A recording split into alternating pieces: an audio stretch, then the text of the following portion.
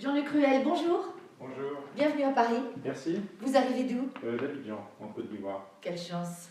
Venez vous installer. Jean-Luc Ruel, donc vous êtes conseiller consulaire à Abidjan. Parlez-moi un petit peu de votre parcours. Je suis arrivé en Côte d'Ivoire par hasard, envoyé par une société multinationale. J'ai dirigé une de leurs Il y a filiales. combien d'années? Il y a 35 ans. 35 ans. Donc c'est dire que j'ai passé pratiquement la moitié de ma vie dans ce pays. Ah oui. Ensuite, je me suis installé à mon compte. J'ai dirigé d'abord Arthur Andersen. Oui. Et après, j'ai implanté KPMG en Afrique francophone, où je dirige une vingtaine de pays. Il y a 600 collaborateurs. D'accord.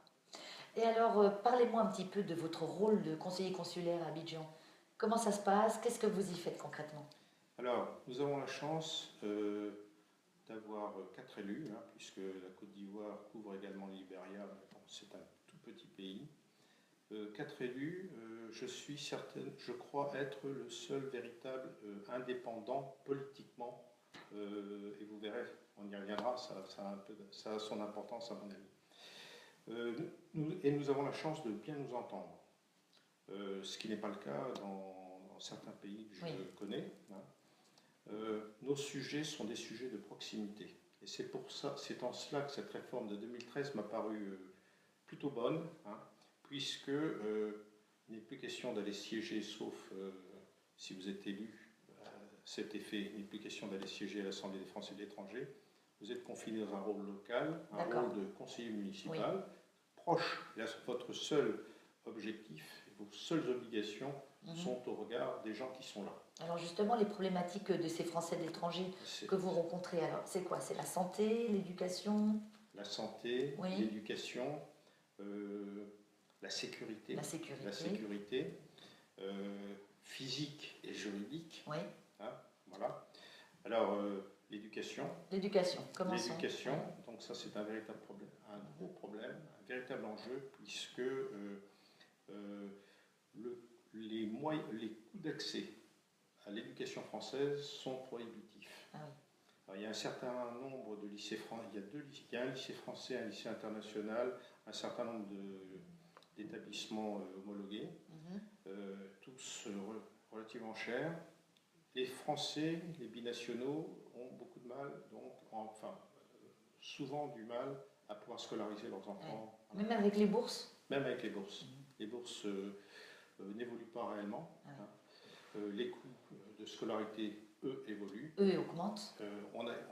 On participe en tant que conseiller consulaire aux commissions des bourses. D'accord. Ce sont des arbitrages absolument redoutables. Ouais. D'accord. La santé? La santé, bon, c'est le problème de la CFE. Donc ça, je pense que c'est un problème que tout le monde connaît. C'est une grosse machine, plutôt inefficace, très loin des intéressés.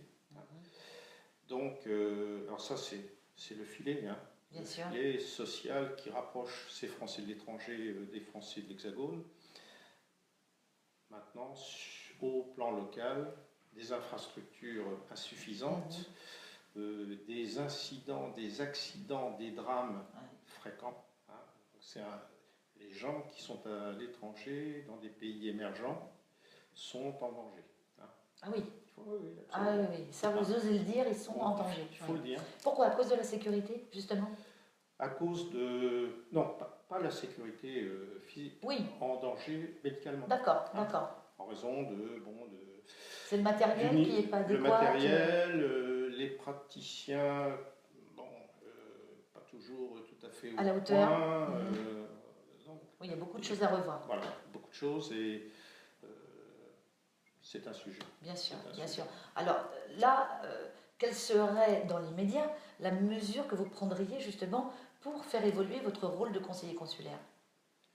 Alors sur l'éducation, on a parlé des gens qui vont à l'école et qui peuvent aller à l'école et qui n'ont pas toujours les moyens d'aller à l'école, les moyens financiers.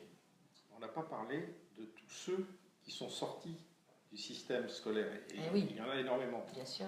Alors là, je pense que les conseillers consulaires, c'est ce que nous faisons, nous mettons en place des systèmes permettant de réintégrer, de réinsérer dans le système, Oui, oui. je ne parle pas du système scolaire, Oui, oui. les jeunes Français, notamment binationaux, pour qu'ils puissent se qualifier, hein, et puis revenir. Comment vous faites? Vous les mettez dans des Alors, entreprises? on teste leurs envies en les mettant effectivement en entreprise.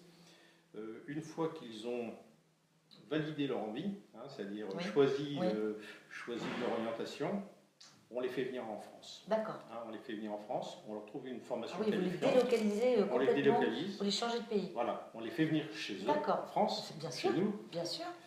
On les qualifie, et à ce moment-là, ils reviennent, ou ils vont ailleurs, et en général, travaillent un peu en France. Bien sûr. Et bon, il y a une vraie formation. Absolument, et ils reviennent qualifiés et réinsérés dans le système. D'accord. Hein. Donc ça, c'est vraiment quelque chose dont nous sommes assez fiers. Ah oui, effectivement. Parlez-nous un peu des binationaux. Oui, alors les binationaux, je pense que l'Afrique francophone est un cas particulier. Il y a énormément de binationaux. Le Maghreb est également dans cette situation, il fait partie aussi de l'Afrique francophone. Ça tient, bon, l'histoire. Ces binationaux, au fil des générations, se sentent de moins en moins français. Donc nous, Français, véritablement de souche métropolitaine, qui sommes arrivés en Côte d'Ivoire et en Afrique d'une manière générale, on a un devoir, hein, spécialement quand on a un mandat, même si ce n'est que ce mandat de conseiller consulaire, on a un devoir de raviver, hein, ce sentiment de nationalité française chez ces binationaux. Alors, comment cela se fait-il? Cela se fait au travers de réunions, au travers de services de proximité, hein, c'est-à-dire, enfin, quand je dis services de proximité, l'information circule bien, hein, parce que c'est quand même une petite communauté, hein, 20 000, bon, les gens savent où frapper quand ils ont des problèmes, et en général, quand ils ont des problèmes, bon, ils se rappellent qu'ils sont français. C'est ça, ils viennent vous voir. Voilà. Hein, et leur rappeler, et ça c'est très important, qu'une double nationalité, ce ne sont pas deux demi-nationalités, ce sont deux nationalités à part entière. C'est ça. Hein.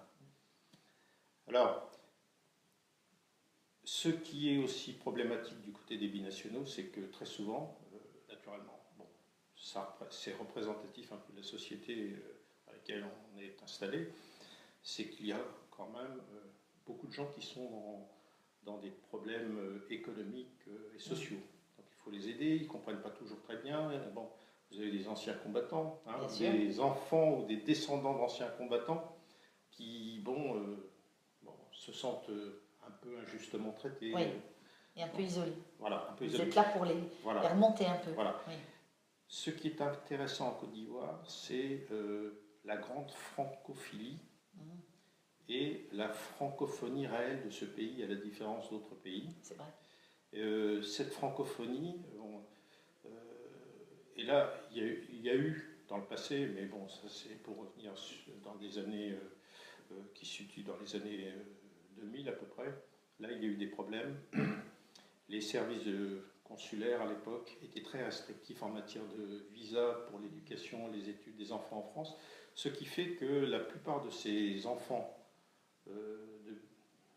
voire même de binationaux, ne venaient plus en France. D'accord. Ils allaient au Canada, ils allaient aux États-Unis, etc.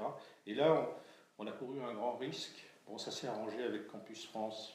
Ça, c'est bon. Alors, ça touche à la fois les binationaux et les Ivoiriens, naturellement. Bien sûr. Alors, pour terminer, Jean-Luc Ruel, est-ce que vous auriez une petite anecdote qui vous serait arrivée avec un des Français de l'étranger de votre circonscription? Il y en a beaucoup, hein. Il y en a beaucoup, mais peut-être que la plus touchante, c'est celle relative à un monsieur qui est venu me voir il y a à peu près un an, un monsieur très âgé, un Français, hein, de souche, arrivé en Côte d'Ivoire depuis 10 ou 12 ans, qui avait fait toute sa vie en France, hein, dans des conditions tout à fait normales, etc., et qui est allé s'installer dans un quartier, ce qu'on appelle un quartier donc d'Abidjan, hein, à Port-Bouët. Et ce monsieur a créé une famille, hein, avec une Ivoirienne et des enfants. Et donc, très âgé aujourd'hui, hein, donc, il est venu m'exposer avec ses enfants, avec sa femme, il est venu m'exposer le problème de l'avenir de ses... Enfin, m'interroger sur le devenir de sa famille.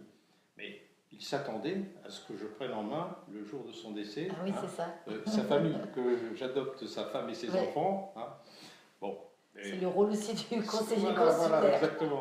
Jusqu'où allez-vous? C'était très... Très touchant. C'était très Ouais. touchant. C'était très touchant. Ce sont des gens vraiment très intéressants. Bon, et bon, naturellement, on a gardé un certain contact. Bien sûr. Donc, ils ne seront pas perdus Tant mieux. s'il arrivait quelque chose au monsieur. Hein. Eh bien, Jean-Luc Ruel, merci beaucoup et bon retour à Abidjan. Merci beaucoup.